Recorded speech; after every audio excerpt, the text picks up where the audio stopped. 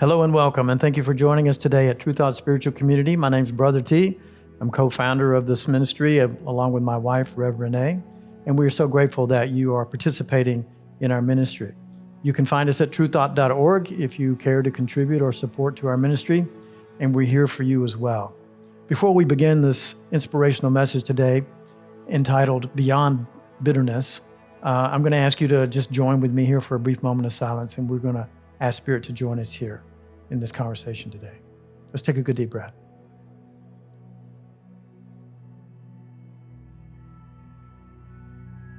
So we do indeed invite Spirit to join us in this conversation, to inform this conversation, and to be with you and with me as we join together this morning in this vibration of love. And so it is. You know, twice this week, I was in conversation with two different individuals who literally asked the question, what is True Thought? What is True Thought Spiritual Community? And for one person, and they had a background in spiritual pathways that were part of the foundation that we've gone through, my wife and I, in our spiritual path. And so they were able to speak the language, so to speak. And then there was another person that I spoke to who had no background at all in this particular spiritual pathway. And as I began to communicate, I could immediately sense a resistance and the truth, at least the way I see it, that they were confused by the language. And so that's one of the first hurdles along a spiritual pathway.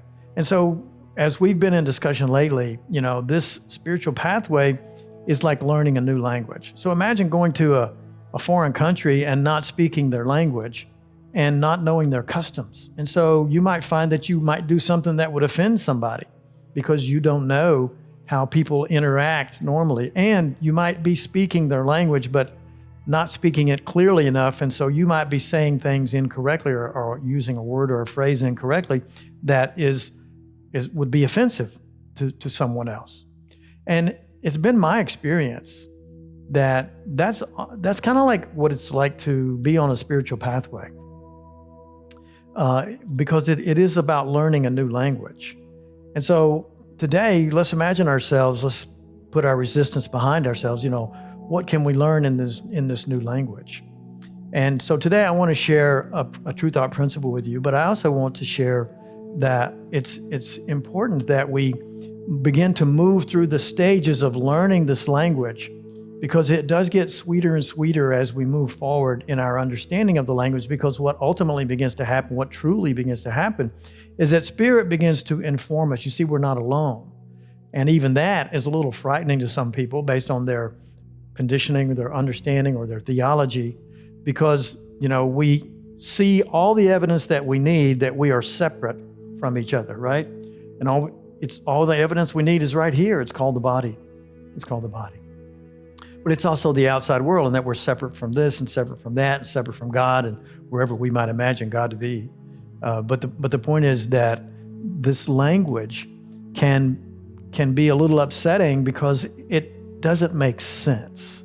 And what I'm going to share with you today may not make sense. Just a couple of weeks ago and last week as well, my wife and I were both speaking to the same spiritual axiom that there is no loss, but only gain, right? And that we can live from love is something that we be and something that we can do. And as we do it, we will experience more and more joy. We'll experience more and more peace. We will experience more and more love. And the truth is, all three of those words that we use, which are symbols of symbols, mean the same thing. They're all attributes, or they're all a different way of saying the same thing. Love is. Love is. Love is. And love is the language of truth. And the world of form, the body and the world of form, is the language of fear. These are two different thought systems, and we can look at them like two different languages. So I want to kind of build on this idea, this axiom, this truth, that there is no loss, there's only gain. But I also want to begin to develop in my own mind, if you will, the language that I can use to help somebody to, when somebody asks you, what, okay, so this is your ministry or this is the community that you're involved in, what are their, what is it about? What do you teach? What is it about? Well, quite simply, what we teach about is love. But it's not about love from the perception of fear, because the perception of fear does have its own definition of love. We've all heard it, right? The song goes, love hurts, right? We have these ideas of love as possession. We have these ideas of commitment and devotion to love another person and so forth. And all of those are good things, but none of those really are representing the truth of love, because just love is. Love just is what truth is. Love is what God, if we want to call it source, and a few weeks ago we talked about, we can call it universal consciousness, whatever works for you, is the source of the love that we feel. And we are the conduit, we are the channel, we are the entity that is extending that love into the world. And that's really our purpose here. But in order to get to those conversations, we need to learn a new language. And so at first, it's a little unsettling. I'll just share with you that I've been on this pathway, who knows how long, all things considered, right? But for the last, I'm going to say 25 years or so. And when I first started out, this was really strange to me. First thing I became hooked on and interested in was this thing called meditation. And that kind of grabbed my attention because I'd really never couldn't understand what does it mean, because the phrase transcendental meditation kind of came into a teaching of a book that I was reading, and I was suddenly hooked on that one phrase, transcendental. What is transcendental meditation? What does transcendental mean? And so that was my entree into the runway, so to speak, or the pathway that we're traveling together. And I began to study Zen philosophy and Buddhism and those kinds of things. And yes, it was very weird. The language was very weird. And on top of that, the culture seemed to be weird for me. I couldn't quite assimilate my thinking into the cultural aspects of Buddhism, because it's just a different cultural heritage, if you will. But when I came back to, or full circle back to, some of the ideas of Jesus Christ, that the Christian theology, it began to resonate with me and brought me back full circle, but in a new way. I began to see that the language that was being used by the world, if you will, more traditional theology, was based on fear. In fact, I had been taught to be fearful of God, or, to be fearful of love. And it didn't work for me. And so I literally stepped away from any type of religion and almost became agnostic.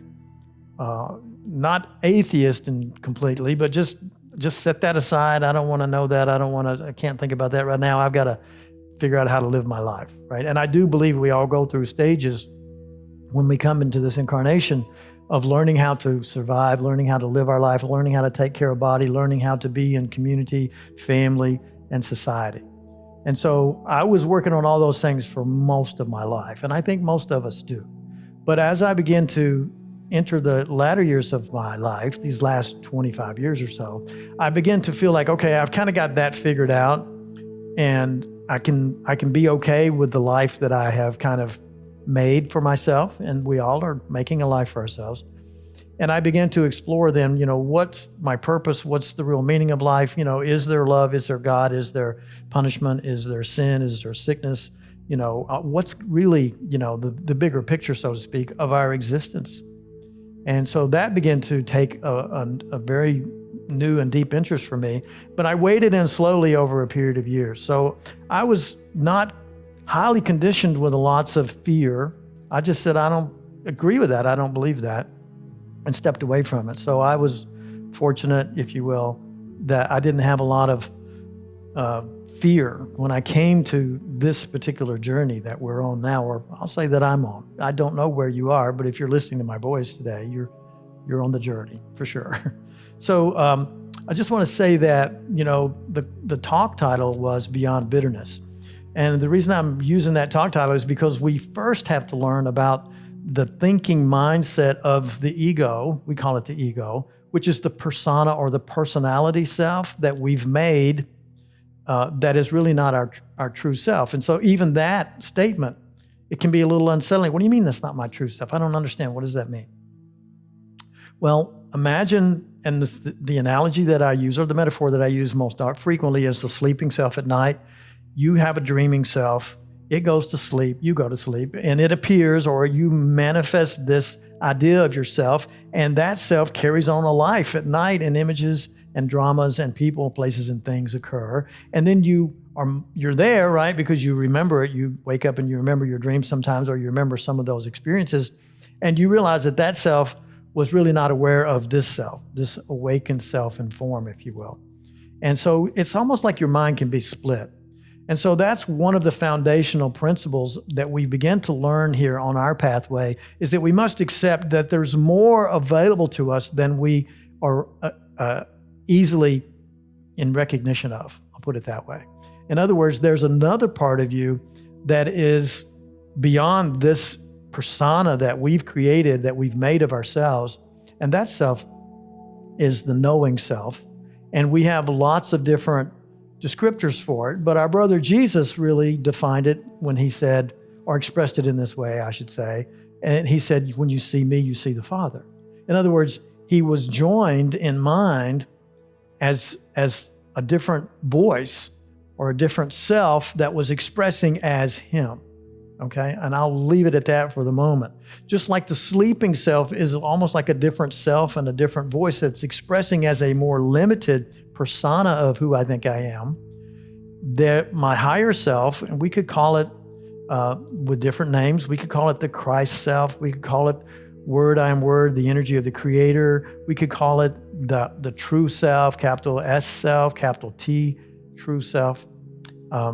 We could also call it the Christ consciousness.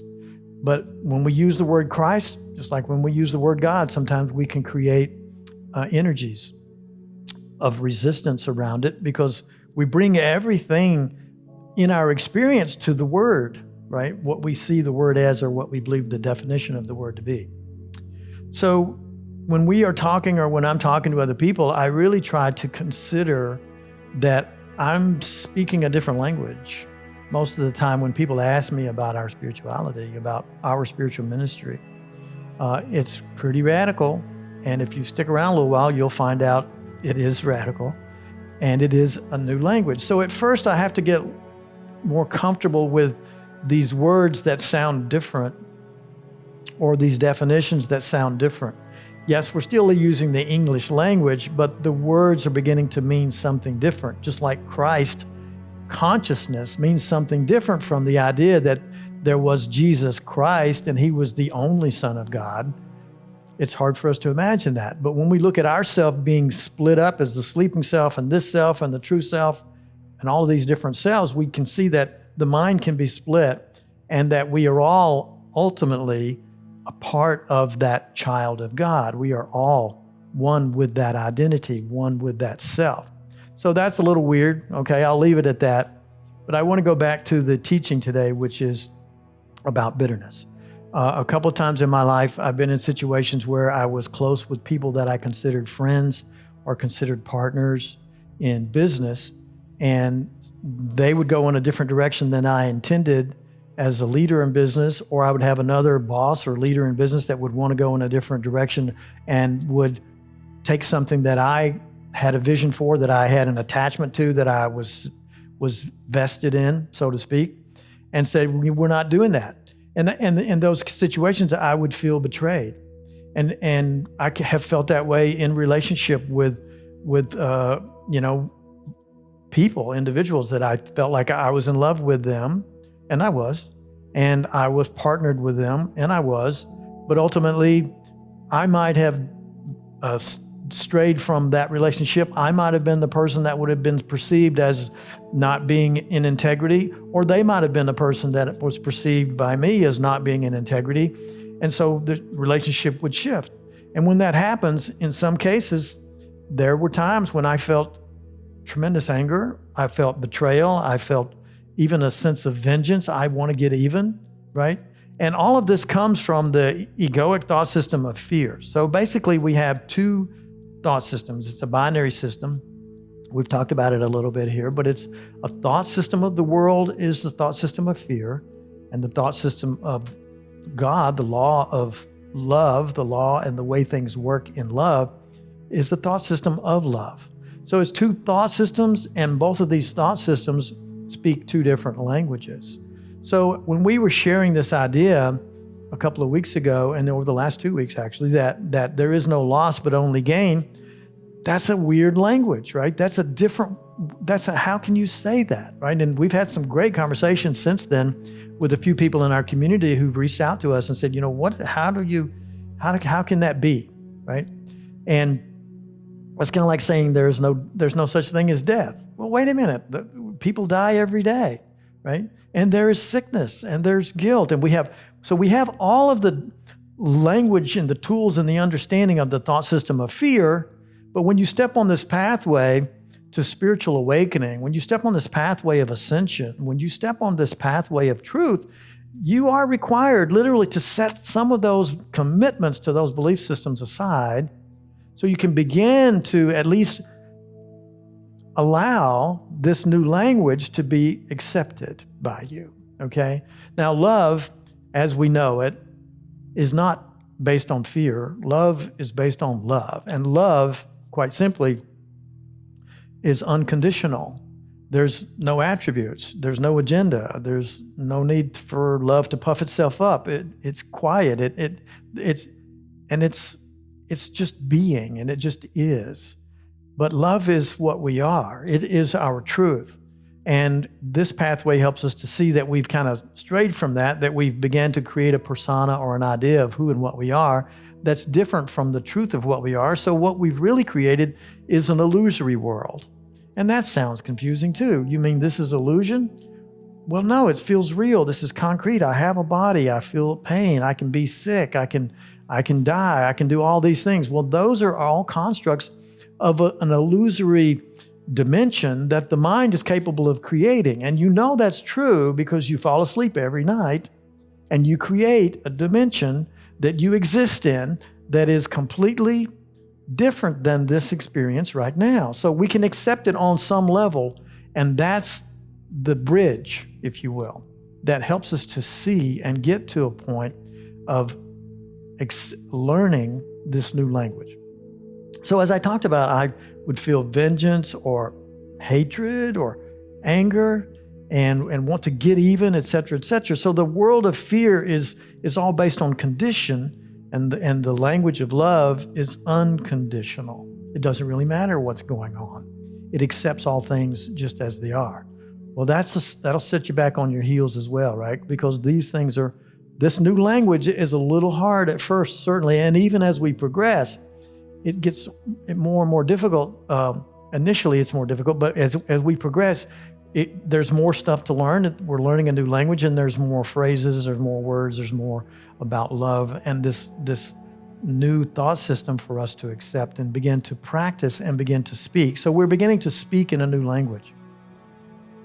So the point of my conversation about the anger and the vengeance and those kinds of things that I would feel because someone else had betrayed me or disappointed me or had not met my expectations or what I felt was I needed to be happy or whatever I was vested in. There's another, we can move past those in the early stages of learning this new language. We began to see that those concepts of who and what we are, we can begin to break those down, and we can begin to step away from that kind of thinking.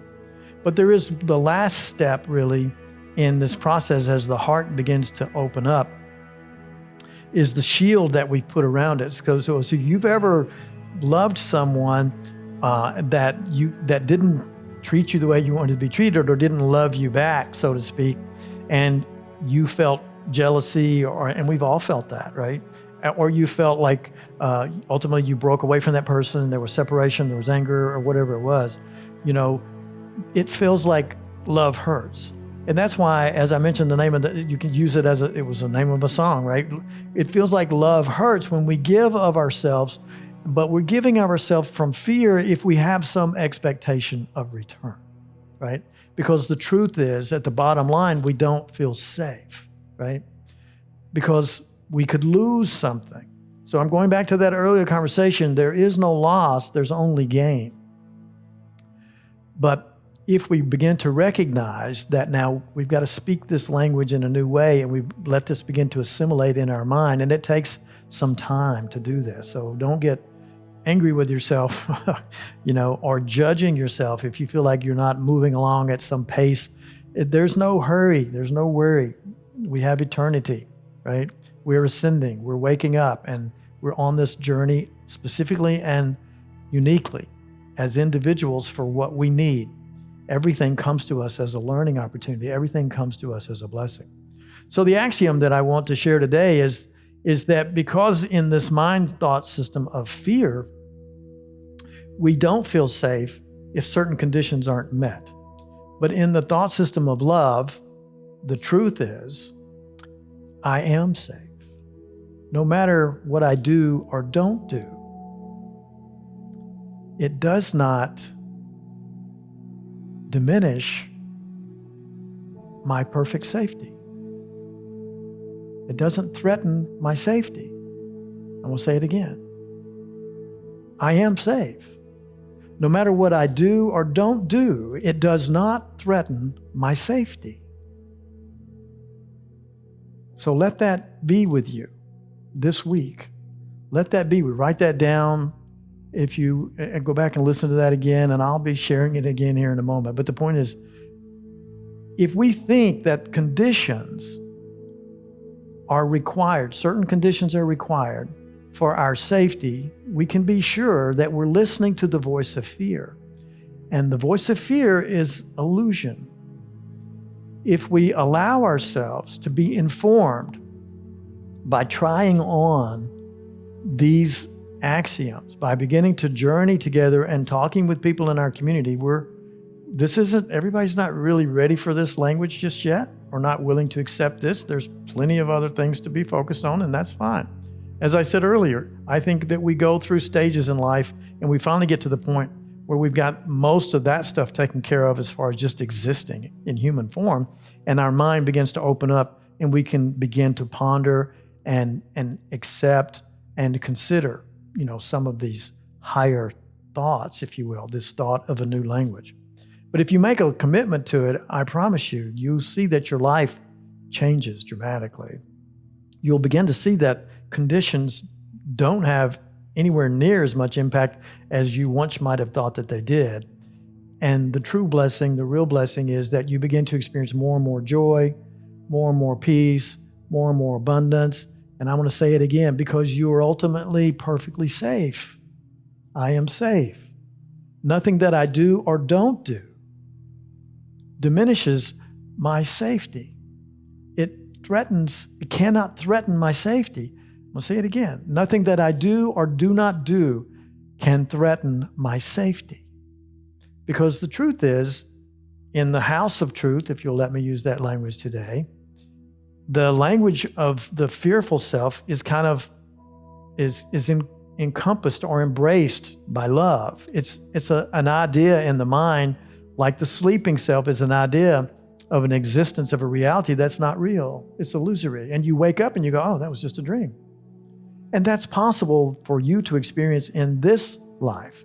But it's also possible, which I think is a wonderful blessing, that as we begin to move more and more towards speaking this new language, that we become that expression in field and form. We become the extension and expression of love here.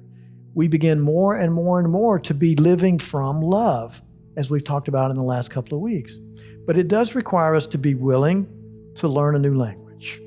And today, the axiom that I'm asking you to take home and work with this week is, I am safe. I am safe. Nothing I do or don't do can threaten my safety. And then let's be with that. So let's hold that thought for just a moment. Let's take a good deep breath right now. Let's close your eyes for just a moment and just let that be with you for just a brief moment.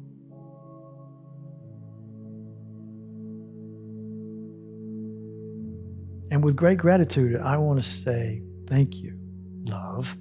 Thank you, universal consciousness. Thank you, God. Thank you, Jesus. Thank you, love, for being with us in this conversation today. And thank you for being in our hearts. Let our hearts begin to open. And let this shield that we placed around our heart called bitterness begin to crack open. Because once we take that last barrier down, our heart begins to speak to us. Our heart begins to inform us. Our heart begins to be who we are and how we express as love. There is no possibility of fear. It cannot be threatened by anything in the world. We are perfectly safe. We are perfectly safe. We are perfectly safe. And so it is. Thank you for being here. You are truly a blessing. We love you. Talk to you again soon. Have a fantastic week. Bye-bye.